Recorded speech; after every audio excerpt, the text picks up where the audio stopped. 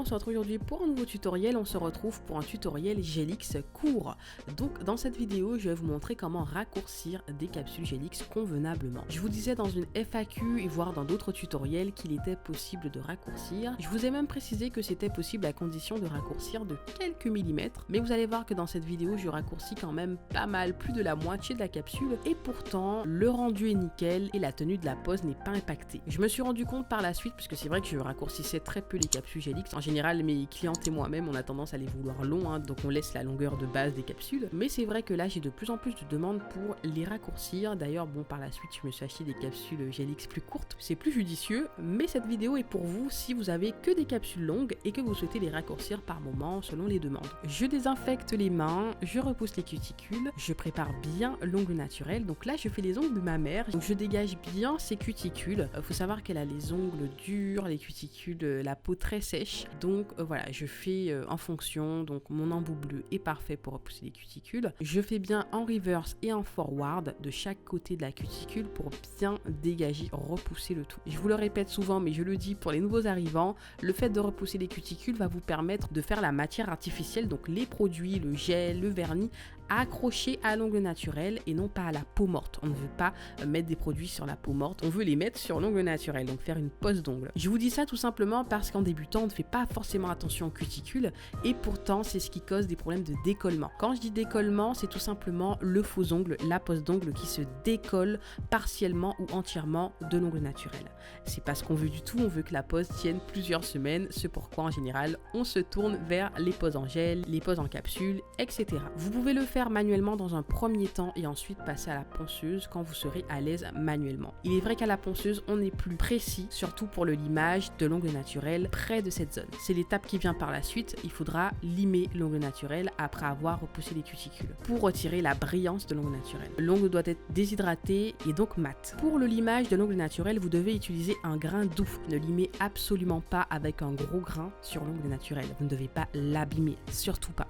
Donc prenez un grain doux qui est de 180 ou 240. Une fois que c'est fait, je ne vous l'ai pas montré, mais j'applique Nail Prep plus Primer. Ces produits-là vont servir pour la tenue de la pose. Le Nail Prep est un déshydratant, il va déshydrater l'ongle davantage. Le Primer va servir de ruban adhésif, c'est la colle du gel, de la rubber base, de la matière artificielle que vous allez mettre directement sur l'ongle naturel. C'est vraiment ce produit qui va permettre à la matière de s'accrocher, de s'agripper à l'ongle naturel. Une fois que c'est fait, j'applique mes capsules. Donc là, ce sont des capsules d'ongle 24. Elles sont en rupture de stock encore une fois, il me semble bien.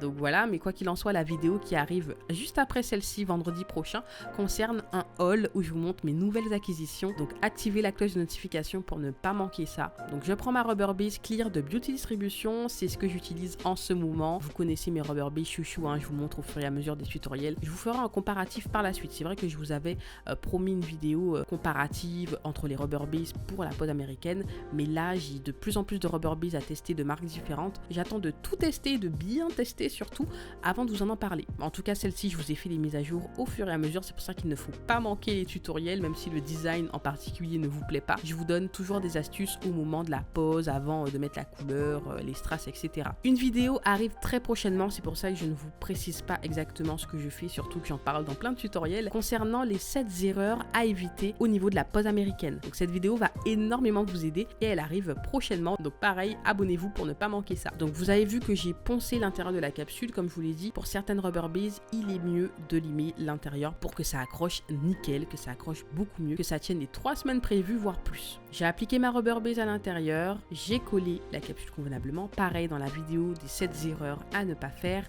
je vous expliquerai comment centrer votre capsule. Je plaque bien la capsule et je la mets à catalyser et ainsi de suite.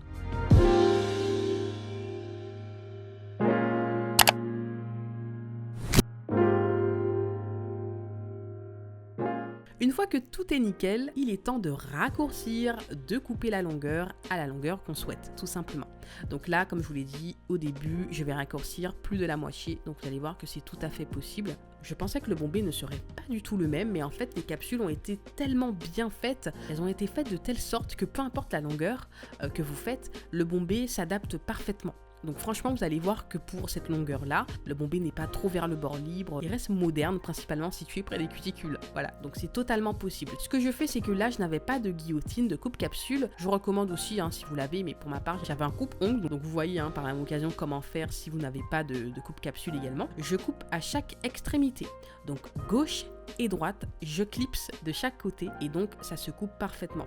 Vous ne devez pas mettre le coupe-ongle de sorte à ce qu'il coupe tout en un seul coup, sinon la capsule va s'aplatir et vous allez l'abîmer. Bien que ces capsules sont assez souples, donc faut y aller en général pour les abîmer, les casser n'importe comment. Mais voilà, vous devez casser, couper de chaque côté pour couper convenablement avec un coupe-ongle. Je fais ça pour chaque ongle, je regarde bien la longueur que je souhaite, je regarde chaque ongle pour voir si toutes les longueurs sont pareilles. Faites très attention à ça, je vous ai fait de nombreuses vidéos sur ce point-là. Ce qui rend la pose harmonieuse, c'est que tous les ongles soient à la même taille. Si l'auriculaire est plus grand que le majeur, ça se voit et ce n'est pas joli joli. Quand tout est raccourci, je perfectionne le tout à la lime à ongles. Donc cette étape elle est indispensable puisque quand vous allez couper, vous allez voir que ce ne sera pas précis. Moi, elle voulait un carré que j'ai arrondi par la suite, donc je devais juste perfectionner le carré qui était déjà là. Je vous recommande d'ailleurs d'acheter des capsules qui ont déjà la forme. C'est vrai que si vous passez d'une forme carrée à une forme amande, vous allez ronger les coins et ce sera pas forcément joli au niveau de la structure, tandis que les capsules qui sont déjà arrondies ont un bombé, ont une structure conçue pour la forme arrondie, donc vous pourrez ronger les coins pour faire un arrondi beaucoup plus pointu, voilà.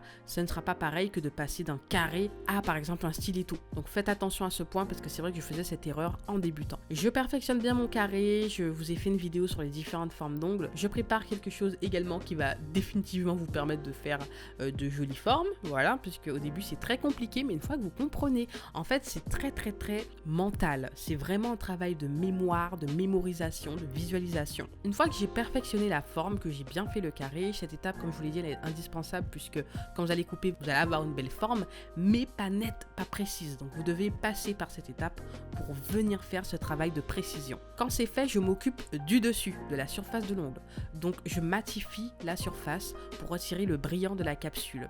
Par la même occasion, je perfectionne près des cuticules pour un peu affiner cet endroit afin que la capsule s'emboîte parfaitement à l'ongle naturel, que les deux ne fassent qu'un, que ce soit la continuité de votre ongle naturel. Je me munis de mon bloc polissoir et par la suite, je perfectionne à la ponceuse si j'ai un peu de mal à atteindre près des cuticules, sur le moment ou pour aller plus vite tout simplement, avec un grain 240, donc là rien ne sert de prendre un gros grain, donc vous ne devez pas puiser dans la capsule. Attention, les capsules Gelix ont déjà le bombé. Il s'agit de la pose américaine. Je sais qu'il y a des nouveaux parmi vous qui ne connaissent toujours pas cette technique et qui se disent mais what? On colle des capsules avec de la base? On colle les capsules jusqu'aux cuticules? Oui, il s'agit d'une nouvelle technique, en fait nouvelle entre guillemets, Elle est tendance en ce moment mais elle existe depuis un moment. La capsule a déjà le bombé, donc vous ne devez pas limer, puiser dans la matière, conserver le bombé. Vous devez juste affiner près des cuticules pour que ça se fonde parfaitement à votre ongle. Je perfectionne le dessous de l'ongle. Ça également je vous en parle dans la prochaine vidéo sur les erreurs à ne pas faire. Je me munis de ma rubber base beige de la marque Beauty Distribution. Vous avez un code de moins 15% avec mon code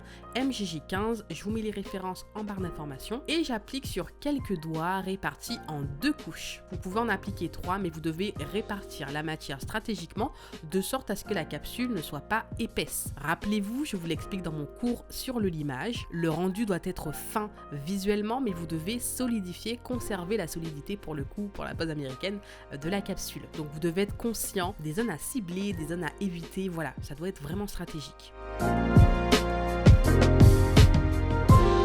Ensuite, j'applique un vernis blanc sur un doigt qui va me servir de base pour appliquer un autre semi-permanent. Donc là, c'est un semi-permanent blanc de Madame Glam. Alors celui-ci, je ne vous recommande pas. Je trouve qu'il n'est pas assez blanc. Pareil, c'est ce que j'avais sous la main. Mais je préfère largement le vernis blanc de Victoria Vin. Je vous mettrai la référence puisque je crois qu'il y en a 2. Et également le vernis blanc de Modelone. Jusqu'à l'heure actuelle, ce sont les 2 meilleurs blancs que j'ai dans ma collection. Mais celui-là, je suis pas fan du tout. On voit les traces et heureusement que c'était juste la base pour le semi. Puisque finalement ça ne va pas se voir. Ce vernis magnifique pailleté vient de la marque Isa Distribution. Donc c'est une marque que j'ai connue il y a quelques semaines, je kiffe. Vous pouvez foncer les yeux fermés, je vous le dis à chaque fois, j'avais beaucoup de retours sur cette marque avant de la tester et en testant, j'ai compris pourquoi.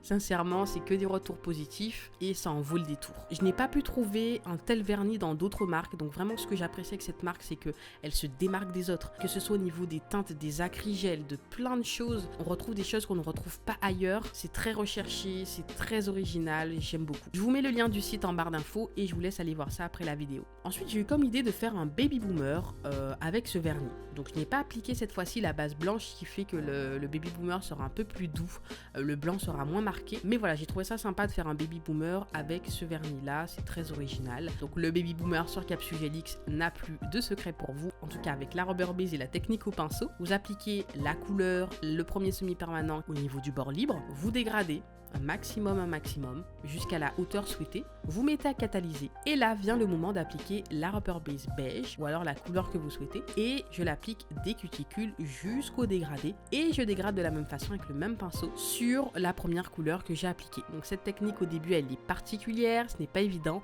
mais une fois que vous comprenez, c'est hyper simple. J'applique ensuite la rubber base clear, ça également je vous le dis dans le tuto baby boomer, pour égaliser l'ongle. Donc étant donné qu'il y a un creux par rapport au premier vernis, je vais venir égaliser tout ça et je catalyse tout correctement. Une fois que c'est fait, je dégraisse et je passe à la mise en forme. Contrairement à la première mise en forme, celle-ci aura un peu plus de travail étant donné qu'il y a de la matière à limer. Donc là il faut puiser dedans contrairement à la capsule. Puisque je suis venue rajouter de la matière artificielle, je peux me permettre de limer davantage parce que là je dois poncer des défauts, retirer ce qui n'est pas nécessaire pour la pose, retirer le surplus pour que ça fasse beaucoup plus joli et en même temps je viens redonner une belle forme à l'ongle. Je perfectionne en fait à cette étape. J'ai d'ailleurs arrondi le carré à cette étape. Je vous recommande de le faire une fois que vous avez fini d'appliquer vos produits, vos matières épaisses. Ensuite la pose était un peu trop simple à mon goût, donc j'ai décidé, alors faut savoir comme je vous l'ai dit au début que c'est ma mère, alors elle aime tout ce qui est bling bling mais là elle a voulu me faire plaisir pour le tutoriel. Alors les paillettes elle a aimé mais le bijou d'ongle que j'ai appliqué au final il a été retiré par la suite. Mais voilà, c'est pour vous donner des idées. Je trouve que les paillettes dorées qui ont été ajoutées viennent vraiment compléter quelque chose. Enfin vraiment j'ai beaucoup apprécié. Ça change complètement la pose, ça ramène du peps sans pour autant faire trop. Donc ce que je fais c'est que je prends un pinceau liner et j'applique les paillettes en faisant une sorte de vague, voilà. Et je fais ça pour tous les doigts, sauf le majeur à l'endroit où je vais appliquer le bijou d'ongle où je fais un dégradé. Donc là regardez bien la technique, je prends mon pinceau liner, je prélève des paillettes, j'en mets comme si je faisais une French au niveau des cuticules et ensuite je dégrade petit à petit. Je vous ai fait un tutoriel sur comment dégrader des paillettes, que ce soit des paillettes libres ou des paillettes en gel, en semi-permanent. Je vous mets le lien si je le trouve en i ou en barre d'infos, mais n'hésitez pas à fouiller sur la chaîne. Il y a plein de nouvelles trouvailles si vous venez de débuter, puisque vous me posez souvent des questions, vous avez déjà les réponses en vidéo. Et ensuite, par la suite, je suis venue appliquer mon bijou d'ongle avec une colle à strass. J'applique sur la zone où je souhaite appliquer le bijou d'ongle. Et là, en fait, il faut juste le juste milieu, il faut juste qu'il y ait de la matière sous le bijou et autour du bijou sans pour autant créer une grosse bouée. Il faut que ce soit juste autour, mais de façon lisse. Et ensuite vient le moment d'appliquer la finition pour emprisonner tout ça et protéger la pose, faire briller la pose pendant plusieurs semaines. N'hésitez pas à me rejoindre sur Instagram, à liker la vidéo si elle vous a aidé, si elle vous a plu, ça fait toujours plaisir, ça donne la force. À vous abonner pour ne rien manquer. Si vous avez des questions, c'est en commentaire que ça se passe et on se dit à la prochaine vidéo. Bye bye.